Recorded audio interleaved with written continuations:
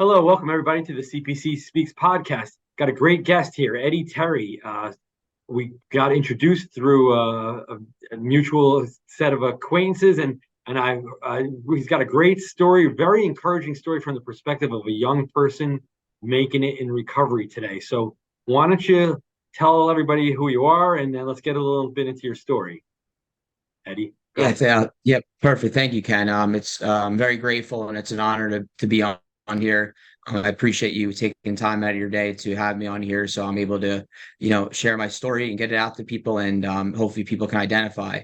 Thank you. So a little bit about myself. Go ahead. So I was born August 16th, 1989. I'm currently 34 years old. I was born in Red Bank. I grew up on the Jersey Shore.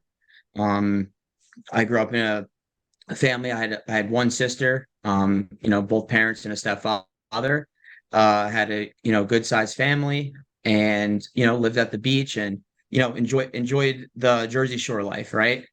Um, I graduated from University of Delaware, and since then I've been working in finance. I'm currently working at JP Morgan, and I am the person who is in recovery right now. And I am, here and all about trying to help other people. So with further ado, with anything, I'm willing to share with that, whatever, and keep the Well, ball rolling. which is awesome. Why don't you start a little bit about you had your upbringing in the Jersey Shore, and how did where did it go downward? So, I'll just kind of keep it high level, right? It's been downhill since I was 16 years old when I first had my first blackout, right? It never went up. It's always going to go down. College, typical college kid, you don't see a problem there, right? There definitely is. People will tell you it's a little abnormal. For me, I, was always a little too much versus the normal kid. I took everything and just, went to the moon, and that was it. It was 0 to 100 for me. Was that So even back then? Was anybody telling you like, "Hey, you better check yourself, Eddie"? Or yeah, it's like for family wise, yes. I remember my nana, my mother's mom, when I was in college, when I would come home from breaks and stuff, I would come home drunk and see them, and she would say, "Eddie, you're an alcoholic." And the reason she spotted on me, because her father was an alcoholic. My pop up, which was her husband, was an alcoholic who passed away in recovery with 34 years. My mom is an alcoholic, so there were signs everywhere. There was no escaping it, right? But you saw it. I hit it a little better than I guess others. And maybe people didn't think it was a big deal. Like a lot of my friends, we were all doing the same kind of thing, right? Like the way we drank and partied and did that stuff at that age, being 21, going out to the bars. It the whole thing is it was so fitting. It didn't seem like a problem because you would never think it would be, because it would just be like you're the typical person that's enjoying themselves at that age, right? Drinking and doing God knows what. Typical So college life, I guess. And then, yeah, exactly. And there, some people are worse than others, but looking back, I was pretty bad. Definitely think that my college career was, not it was, half measured by, my addiction, and somehow I escaped through that, and got through the next phase where it just kept going down, right? As you're getting a little older, you're starting to work, being in the business world, and seeing different people, and trying to keep up, and do what society does in a sense, right? Go to happy hours, go to functions, dinner functions. Alcohol is always there. so I how did you really finally decide it was a problem? Like what was the red flags for you, and what kind of got you there? to where I finally, I mean, I knew there was, like, when I was around 25, 26, right? Like when I was living in Philadelphia working, it just got really bad. But really, really where the downward hit from what I can remember, which, everyone has their own unique rock bottom and path. For me, it was during COVID, right? So, I unfortunately was, affected by it, and, I had two DUIs in 2020, right? So then those were just like, here we go, like this is not good. And then from then, you know, it just went south and south. The drinking got more, Getting that, and that more. second DUI, right? That's always a big eye opener. I mean, one's bad, but two is really takes it to the next level. Yeah. And the thing, and the rationality behind it is that when you're a person who's an alcoholic, that second DUI didn't even make me blink an eye. Yeah, Really? maybe I said I had a problem, but I didn't get any help with it. I just Okay. kept going and going. And that 2020, 21 were probably the worst years of my life, from the start of COVID to just the rock bottom that I had when I finally surrendered on May 2nd, 2022, right? I I was in a very, very bad place. And when the things started coming off, right? When you start losing things, everybody in recovery loses something.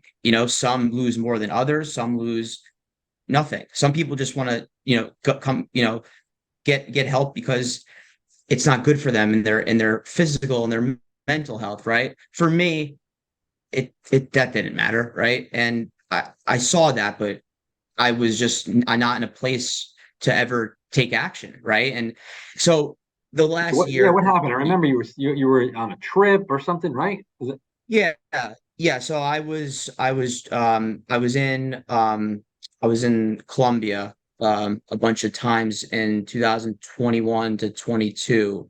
I went down there for vacation a little more than the normal person.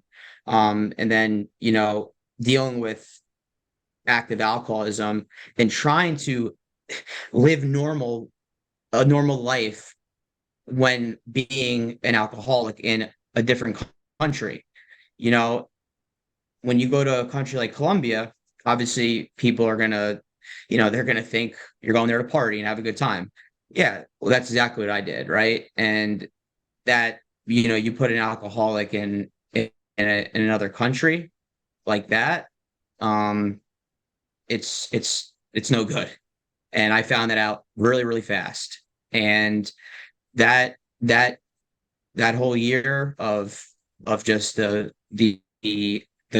crazy chaos that I endured because of my disease, and all self-inflicted, and no one told me that I had to do any of these things. It was all because of me and my choices and my disease, and me not at that time having a realization that, dude, you got a problem and this might need to stop before you die. And ultimately, my trip in Italy, from April 15th to 28th, was my final go. And the last day of the trip, I remember this because I'll never forget this. I was on the floor of the hotel room, drinking myself drinking myself to sorrow, crying, calling other people, begging for help. And I finally sat there and I sat on my hands and knees and I said, God, please either take me or help me. And I get chills thinking about it, because that was like my spiritual awakening in a way, that I had to realize, like, man, I hope that I can get help. Not knowing, 2 days later, coming back to the States, I'm on the phone with one of my great friends who's in recovery.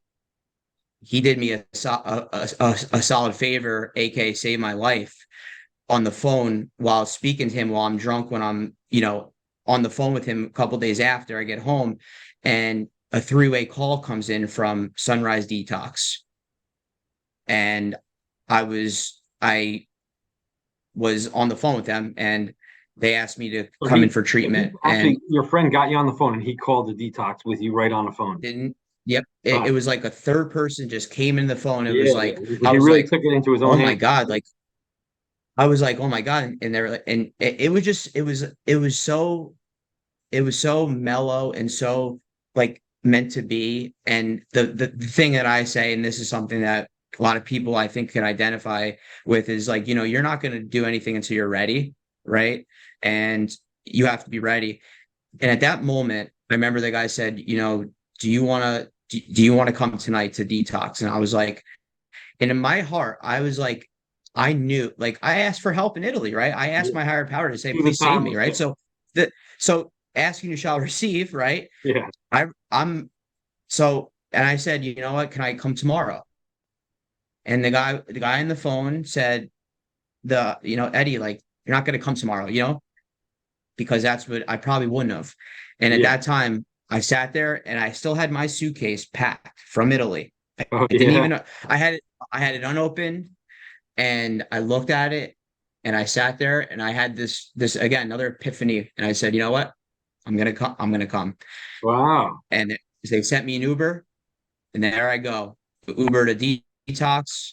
And I had I tell this, I had a beer in the car, right? For like one more, Yep.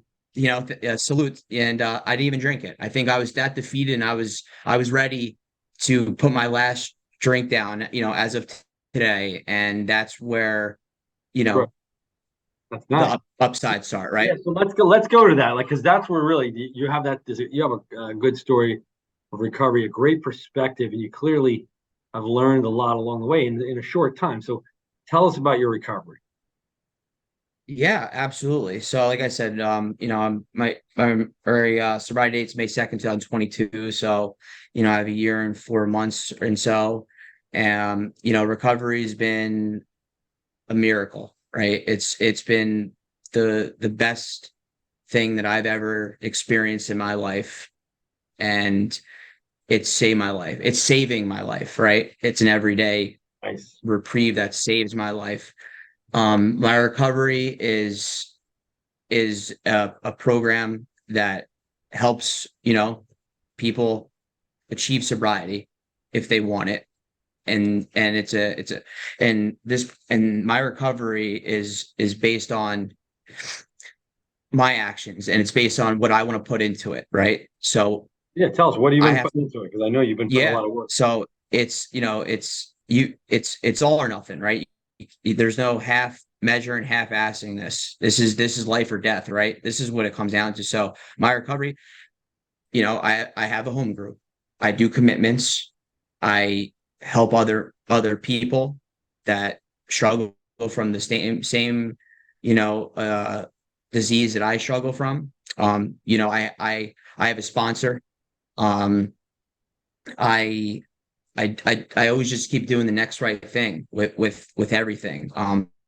But really, what really saves me is just living a day at a time, and listening to other people, being open and willing to accept help, and knowing that you're you're not perfect, and you're not the only person out there that is struggling with something this bad.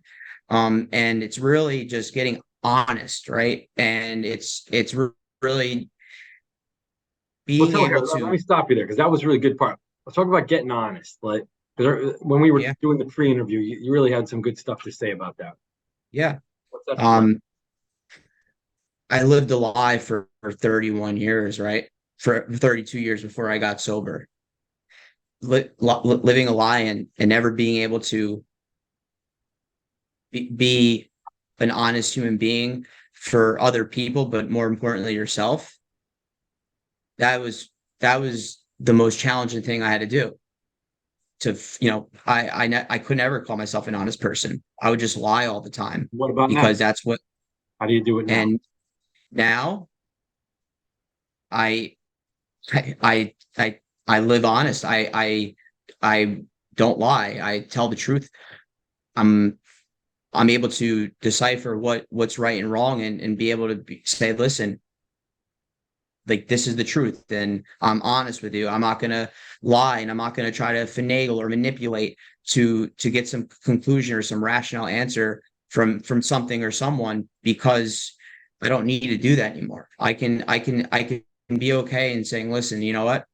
I was wrong, and I'm gonna be honest with you, and admit something, or and it's one of the best qualities I think a person can have is being honest, because it makes you a person that you're not when you can't be able to just tell the truth and just be able to show that you care and not lie about something because it just doesn't work out that way, and being honest is the best policy out there, and people respect you for it.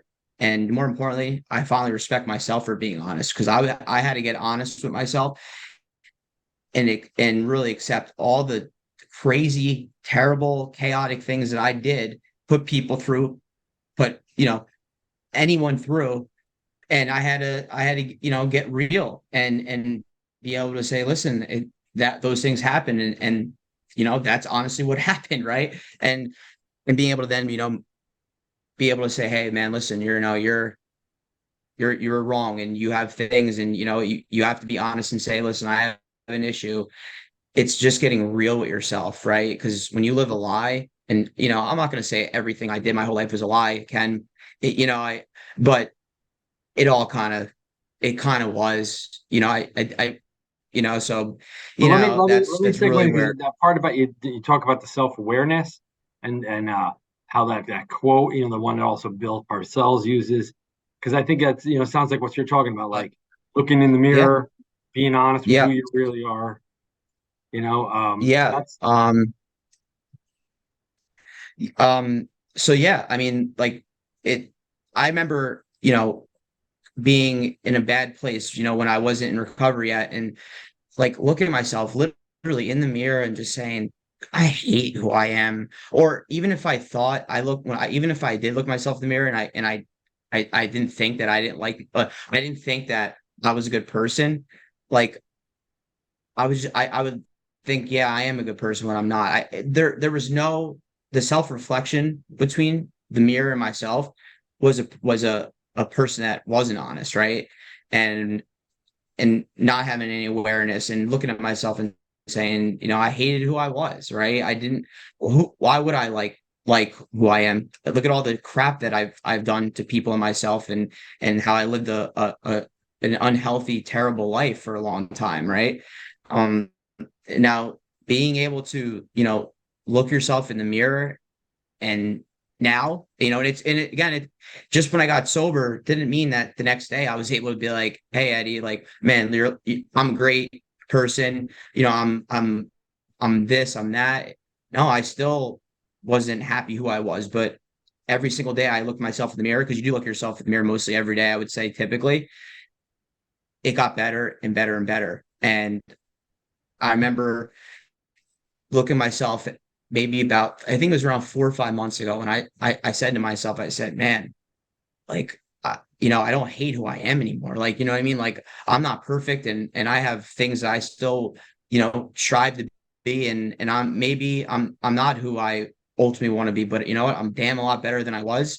And I realized that, and I said, this is what it feels like, to finally care for who you are, and you know be a person that you want to be, and not be someone you're not. And so how would you use that I this idea of looking in the mirror? How would somebody else use that to help themselves? I mean, explain it. Like that, you had the quote and yeah. Well, so you want me to read the quote or the part of sure, it? yeah, that'd be cool. All right, do you want the whole thing, Yeah, why not? or just all Yeah. right? So yeah, so I ironically, I knew about this quote for a long time. How I stumbled upon it, I think I was telling you, Ken, was the Hard Knocks, the what they put on HBO before the NFL football season. Yeah.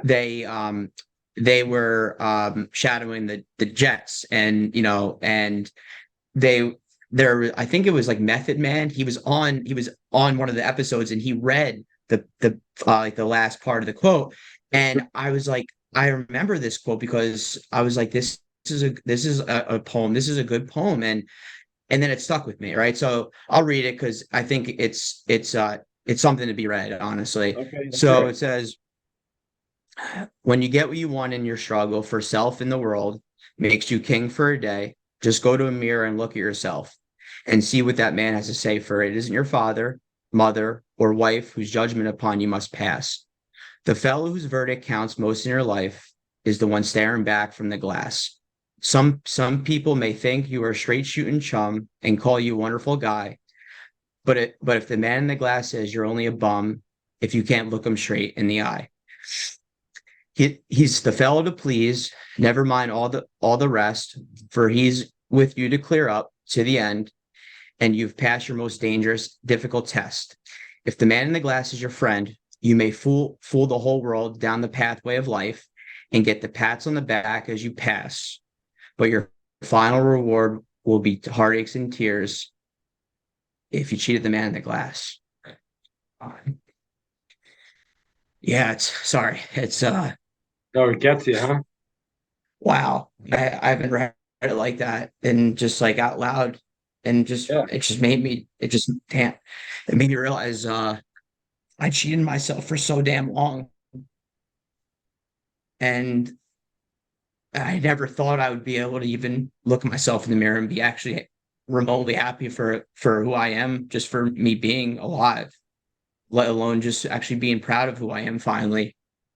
Um, and it's so true, and it's sad that people live like that, and they cheat themselves, and they have all this potential, and they have all these good things about them, and they're so ashamed of all these things, and that's just a terrible way to live. And it's the truth, like your final reward will be heartaches and tears if you cheat the man in the glass.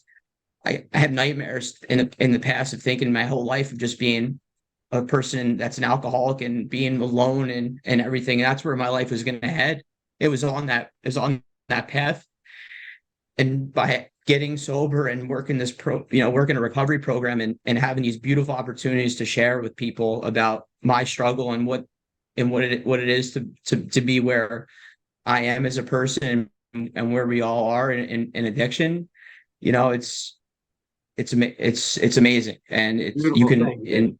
and yeah, and I just, just cheating yourself is so common with people. And it's unfortunate that people live like that, and that's why there's these things out there to inspire you to, you can look yourself in the glass one day, and at least say, hey man, you know what, you're a okay guy.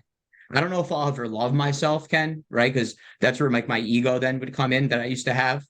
I Right. respect myself now, right? I admire who I am, right? I can, I wrote a couple of things down that you know I these are like traits that I have to live by, and I think that is what measures success for me, right? It's being honest, it's being humble, accountable, having integrity, showing humility, and being able to help others, and having a relationship with something that's higher than yourself. It's a And great recipe right there.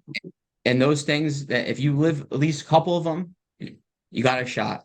Yeah, And I'm not saying I live live all even like better that. though. That's I nice. don't say, yeah. And listen, it's progress, not perfection. I'm nowhere near perfect. I'm not this born again, recovering guru that knows more than anyone. I'm just another fellow alcoholic that needs help, and I'm not unique, and other people are like this. And if I live by those every single day, or I try to do something like that, you know what, that day is just going to get a lot better, and I can just keep trying to be a better version of myself that I was yesterday and today. And those things make me who I am. And I never, like I said, that man in the glass I used to look at, post a year and 5 months ago, I couldn't tell you one. I couldn't say one of those things.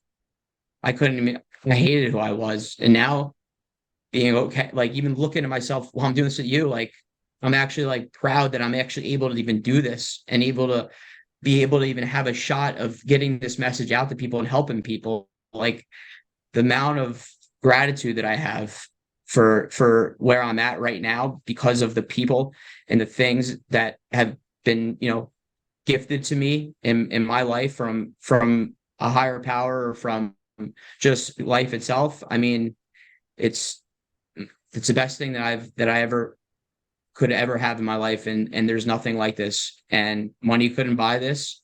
And it is the most it's just the most unrealistic but realistic thing that I've ever experienced. And me, I want to hold on to this because I know where my life was and what it's like now. And when you see the other side of it now, I don't want to go back to that, you know? I guess I didn't really want to die at the end, right? Because I should have been dead 30 times over the way I acted and what this disease did to me. And now, I want to stay here, I want to do the next right thing and just continue every single day to just keep working hard. You have to work hard at everything in life every single day. You got to keep your foot on the gas pedal. It's a never ending finish line. Slow and steady wins the race. And you just got to you have to just want it. And you have to be able to really, like I said, just, admit your flaws and be honest about what has happened and be willing to listen to people and take advice and do the things that people suggest to you, because whatever I did in the past never worked for me. So, Eddie, it's about time to take the what is it? It's the cotton out of your ears and put it in your mouth. Because all I'd want to do is talk and tell people what great things I was doing and all the advice. Meanwhile, like I said, I couldn't look myself in the mirror, right? So there's the irony there. And being able to just be able to take myself and understand that I have an ego and I'm selfish and I'm self-centered and I have all these bad isms that I have and have to take those and now flip them around. And now you have to be selfless. You have to have, you don't really have an ego, you have to be selfish, right? But there's the intent behind the selfishness. My selfishness isn't to do something bad. It's something that's going to help me in my recovery. You have to put yourself first. And that's the thing that a lot of people, I'm sure, out there have trouble doing, is putting themselves first.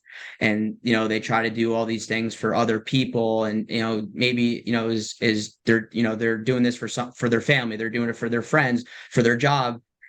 Yeah, those things are very, very important, but those things don't come until you do it yourself first. And that was the hardest thing for me. And even to just think about wow, I need to really say no to people and start making a man decision about, hey, listen, do I want to live?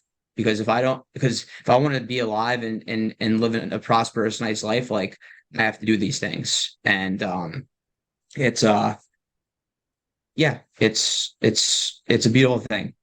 Yeah, that's great. I mean, it's a good example, Eddie. Keep up the work. Your passion is very, you can feel it through the screen, and appreciate you telling your story. So what's your advice to other people who might be struggling? So what my advice is to, be okay with being not okay, right? And getting that first step of self-realization of the fact that, you might have a problem and you need help, because there's no cure for alcoholism. And it's being able to get yourself up and just trying to string along a day, get yourself in a recovery, get yourself in a program, talk to other people. It's really just to get yourself your foot right in the front door of where recovery can happen. And it takes a lot, and it's going to take a lot of strength and courage and wisdom.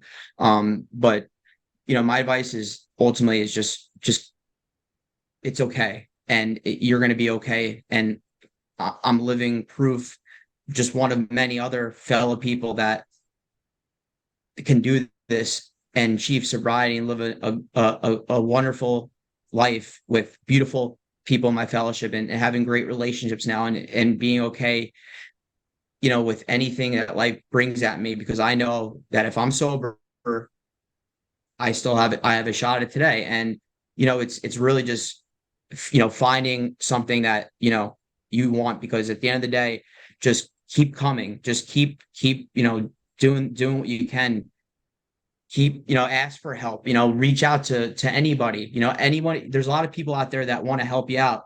When you're in that chaotic life, you don't really see that. So there, the windows, the doors are open. If I'm not out here because I want to, relay the message. And if anyone can identify my story, please feel free, reach out to me. I would love to talk to you. If you have, even if you can take away anything, whatever you need, I'm doing this because my life depends on it. And this is what, I have to do every single day. And, just don't give up, never give up. Honestly. It's a very, very hard thing to do, but once you do it, it all will transpire, and you'll understand exactly what I mean. So just don't give up, and just really just push forward, and just, yeah. And that's really all I have. Really good. It's good. It's good advice. So thank you so much, Ken. Yeah, appreciate you coming out. Thank you so much for sharing your all your story and getting so honest with everyone. Absolutely, Ken. Thank you so much. Thank you.